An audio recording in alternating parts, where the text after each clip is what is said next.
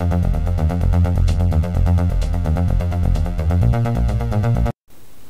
YouTubers, Electric Adventures here with another little package in the mail. This is something that I've had on order at one of the retro sites for a little while, in the queue for the next lot of devices. I haven't opened it yet. It's sitting here for a little while, but backed up because of other things. But I wanted to have a play with it, so here we go. This out of the box. So it is a cartridge, and it's a 1541 Ultimate 2. Not sure it's going to come out in this light. It's in relief on the cartridge. There it is there, with the cassette interface. So that's where it gets power from. Plus, I think you can feed in cassette-based loading games. It's got 3 buttons on there. I wouldn't have a clue what they do, and some lights and LEDs there. And there's another connector there. I really do need to do a lot of reading up about this one. So Pole of Interest uses one of these and swears by them. Now also very nicely in the package, it actually includes a micro SD, so that's very nice of them. I've sealed brand new one in there. So micro SD with the little adapter. So that's a bonus. I actually bought a spare one of those when I got my MSX flash card, because I thought I was going to need one. So there you go, I've got a spare one now, and it's got a nice little quick start guide, which, but as you can tell by the sound of me, I'll need to read and have a bit of a go at. But it doesn't look too complicated, so just 4 pages worth, and of course a nice website with a lot more information on it as well. So it'll probably take me a few days to download some images and put it on the device, but that's what most of this video will be about. It'll be about playing with the device and how easy it is to use, and we'll see how we go. Alright, let's go and play with it. Okay, here we go with the next section. A little bit of a gap between when I actually received the device. For me to have a little bit of a play with it, been extremely busy with family life. Have 4 kids and a bit of a block of kids' birthdays there. And plus, they're all 4 girls, so they all dance. And this room's alternate use is a dance practice studio, so it sort of eats into some of the time that I've been able to make videos. Anyway, so when you first turn the device on, after you've plugged in your disk drive serial cable from the side of the cartridge into the back of the machine, and also I've got the optional tape adapter going from the device into my tape port as well, so that means I should be able to load disk and tape images as well as ROM images. Now when it comes up normally, you come up with this menu, so I can press F3 and it'll go in, and I've got my Commodore 64 as it normally is, and there was an option there to turn on the fast loader. Now it's got 3 buttons on the back. The left one's freeze, the right one's reset, and the middle one takes us into our SD card menu. Now it comes up just like this at the moment, and you need to press one of the cursor keys to get it into the next menu. Now I've just chucked some random ROMs on there of games I have or want to have a look at and have a bit of a play with. So you know, and I thought we could have a look at a couple together. Now one of the games that I absolutely loved on the Commodore 64 was Paradroid. I don't have a copy of it. I've still been trying to get a copy of it for a while. Here we go. This is a disk image, a D64. All you do is it's as simple as selecting the image and pressing enter, and then you get options, so we can just mount the disk, mount it read only, or run the disk. I'm just going to go run the disk, and I said we're going to do this real time, so you can see how long things take to load. So I haven't loaded the fast loader or anything like that, which probably would make a difference. So this is just loading it at the same speed as it would have off the original floppy disk. Just while waiting, I'll plug my joystick in. I'm guessing it's in number 2. That is one thing confusing about Commodore 64s. They're not very consistent about which port you've got to put the joystick in for each game. And some games support both, some games only support port 1, some games only support port 2. So these solid state devices for retro computers are just so useful, because even if you do collect the physical titles like I do, although I'm trying not to go too crazy on them, it's only for the retro computers, this really is only titles that I really do like. Half the time, if they're tapes, you don't want to use them too much because they'll wear the tapes out, or even half the time your tapes won't load. I really don't, even though I've got a disk drive, I've got 2 disk drives for my Commodore 64, I'd had hardly any disk software at all. I actually have, I built up a few cartridges actually, not that there were many cartridges back around the day for me to use. So as you can see, this is taking a fair while, and this is the sort of thing. So it's loaded the first part, and now it's using a turbo extractor that's built into the software to load the next part. And more than likely, this is being downloaded wrong. This will come up with some hacking parts in a second.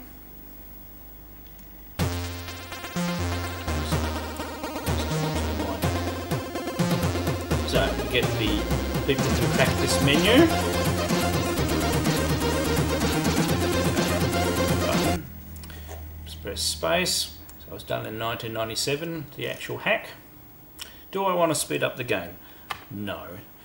High score or trainers? I'm not 100% sure what that is. I'll just press high score. Restore? No. Load. Anyway, it probably allows you to save the high score table. So now we're into the game proper. I plugged my joystick into port 2. At least this one tells me. So, Paradroid. This seriously was one of my most favourite games for the Commodore 64. And this is the first time I've played it in a very long time, so I'm bound to going to be very, very crap. So we have a ship, freighter. It's full of robots, and we have to destroy them. So it's saying at all times move the joystick. Holding fire down will also allow lifts and console. Pressing fire with the joystick centered will prepare, so if you're not moving, it will prepare it for transfer. Contact another robot with the button down, initiate transfer, and otherwise pressing the button fires.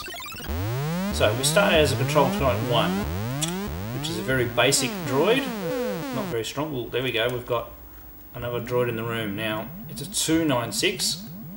Now, since I haven't played this for ages, I'm probably going to lose straight away here. So I'm going to try and take control of this robot so I can improve my abilities. So I'm on the left, I can choose a side,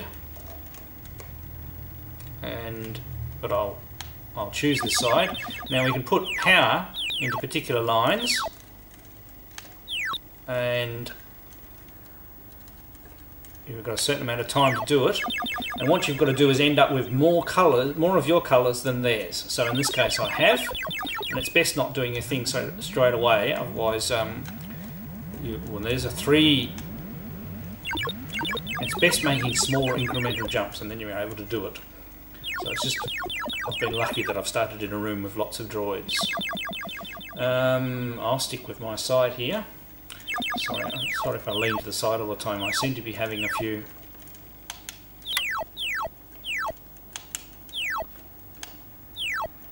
Okay. Ooh. I still had one more control line to think, but I won anyway. I was just being a bit slow. I've got a bit of reflection on the screen, I apologise. Okay, so now we're a 329. We're better than that droid that's flying around there. So we don't want to take him over. We want to destroy him. There we go. Through the door, did he? So it's, you know, it's smooth scrolling. Oh, there he is. One.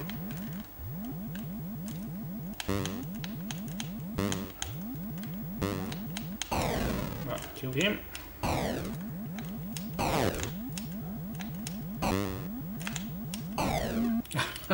Now I'm in the lift. Sorry. Let's go back. So that's a lift. Will he follow me? He's being a nuisance. Right, got rid of him. Alright, so the idea is you have to go around each floor of the ship. Yeah, sorry, I was a bit distracted. I was trying to get rid of those. You have computer terminals here. Right. So this tells me about my current droid. Ship paradroid. Right. Deck is research. There we go. It gives us a look at the whole deck. There's another terminal over there. And lift shafts. Alert level is green. We're back to us. Right, so that room's clear. So the floor will change colour once we've cleared it out.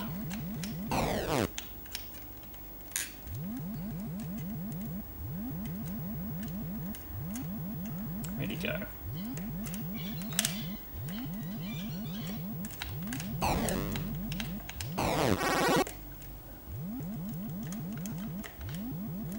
Okay, now if we damage our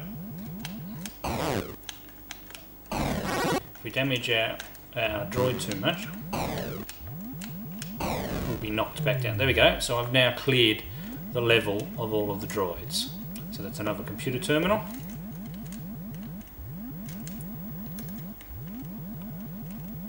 And it really is a great fun. Now, there's two different lifts and they'll lead to different spots. So let's go.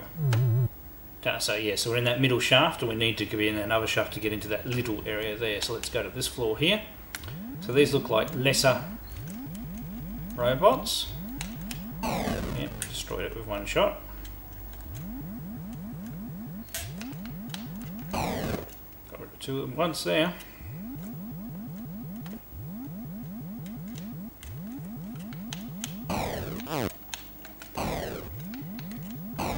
As you can see, they're fairly passive, these robots. Now this, I believe, heals you. Charges your energy levels up. Let's go and have a look at the terminal. So we can see we're at this particular terminal, and there's a couple lifts.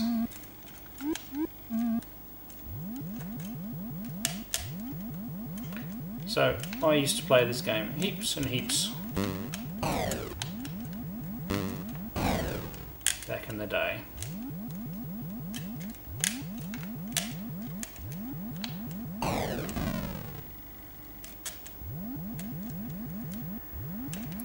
You basically got to hunt around and find all the droids on the level and then clear out the whole ship. I'm not sure, I can't remember, whether if you clear out a ship, whether you actually go onto a second ship or not, or whether you just win. There we go. We might try this lift. Oh, I'm running out of power.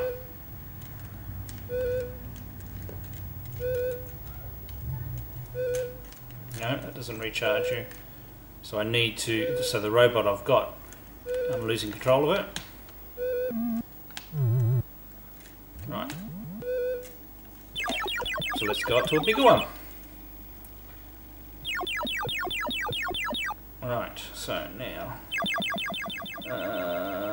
no, I'll take this side. Put power in that one. That one. That one. That one. Oops, only just. Ah. The tie, deadlock.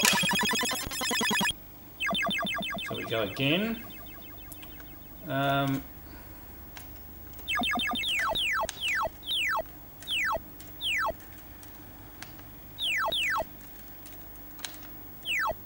This joystick's overly sensitive actually. Alright, I still had left extra ones. And I won that time. So there we go, from the new droid. So that's another thing, you can't just dilly-dally around, you also have to...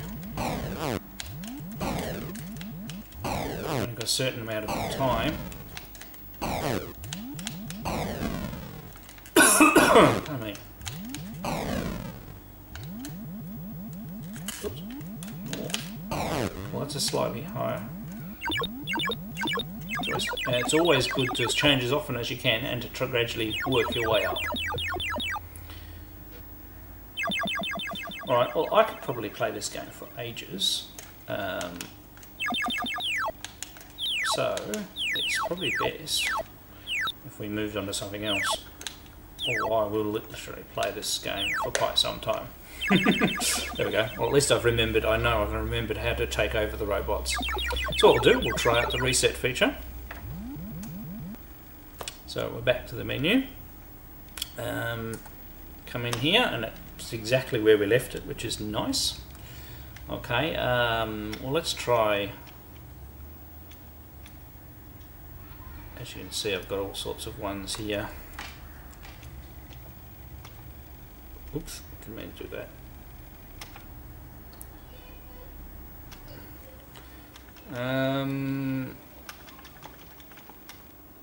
Let's try Ghosts and Goblins. I haven't actually ever played that myself. Actually, we'll do one more thing before we do this. I'll just come back to here and we'll install the fast load. Go back to the menu and we'll run the disk. I just want to see. I probably should do it on the same disk, I suppose. But we're interested to see how much of a difference this makes.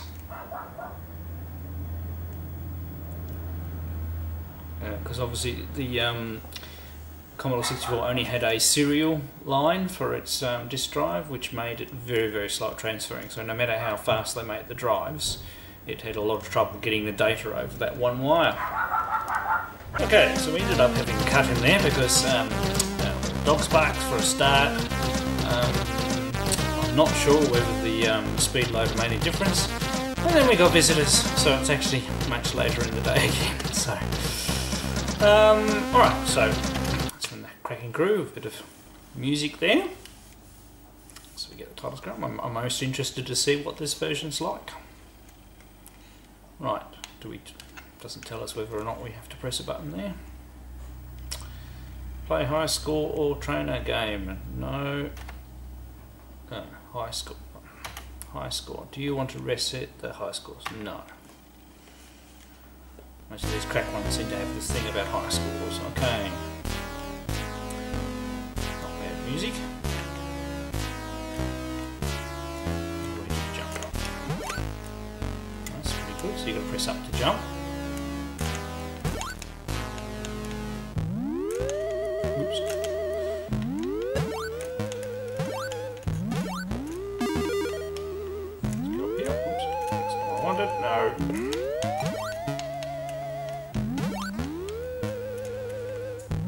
Lined up precisely on there.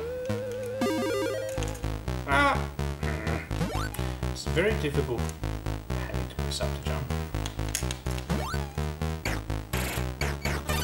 But we do have a nice soundtrack and some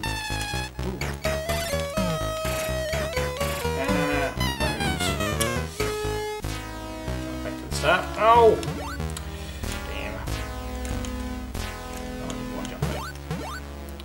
Possibly I'm not using the best joystick for this.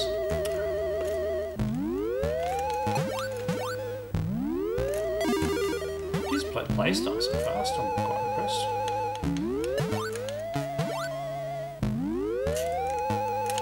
It's lucky.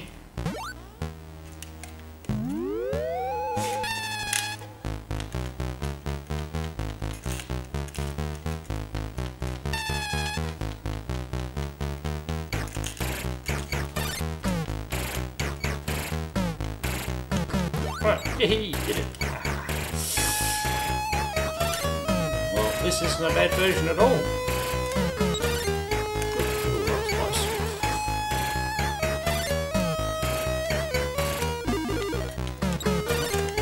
Wait to that from behind.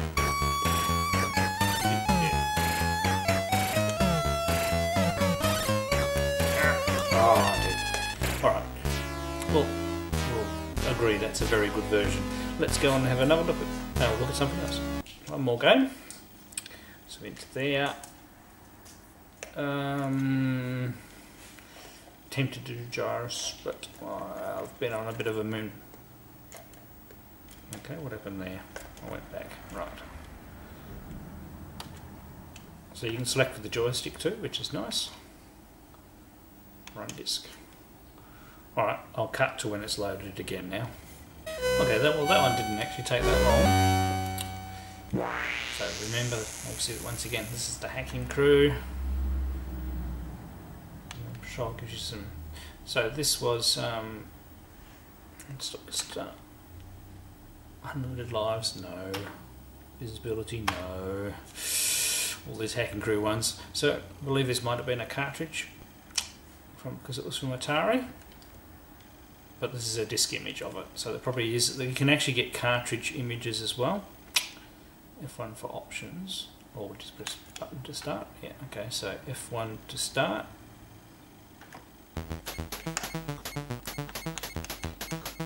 And it's the other joystick port, which is common for the Atari soft ones. I should have known that.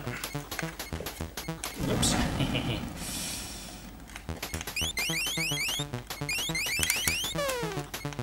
Right, let's go and feel to it.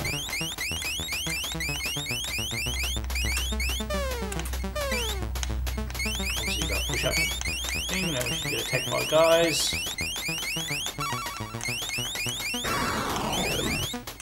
Sound effects are neither here or there. Oh, ow.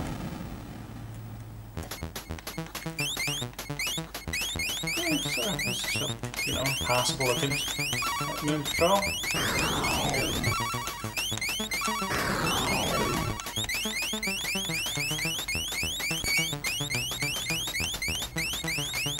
Oh, now there's the holes.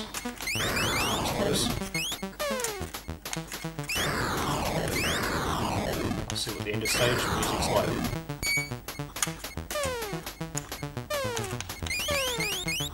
Oh, that must have been a bit rough. Game over, player one. Dead so soon. Alright, so the 1541 Ultimate 2, highly recommended if you've got a Commodore 64 and you want good reliable loading. I mean, obviously I didn't load a tape game image, but you can. You can fit lots and lots of items on the SD card, and obviously you can have multiple SD cards if you want. SD card based or solid state solutions for these old retro computers take wear and tear off the computer with their ports, and obviously mucking around with tapes and things like that doesn't mean you still can't collect items that you like, of course, it can actually save a lot of money. So highly recommended these devices. This one's very well put together, lots and lots of features that I haven't covered in this review that you can do. I mean, like if I wanted to write some programs or type some listings in on the Commodore 64, I could put a blank floppy disk image and I could actually write and save my files to that floppy disk image as well, and then transfer them off on the computer and use them on an emulator, and vice versa. So it does provide a lot of tools for that sort of thing as well. So highly recommended. I'll put links down below for the site where these comes from if you're interested in having a look yourself. Alright, thank you to all my subscribers, thanks for watching, and I'll catch you all later.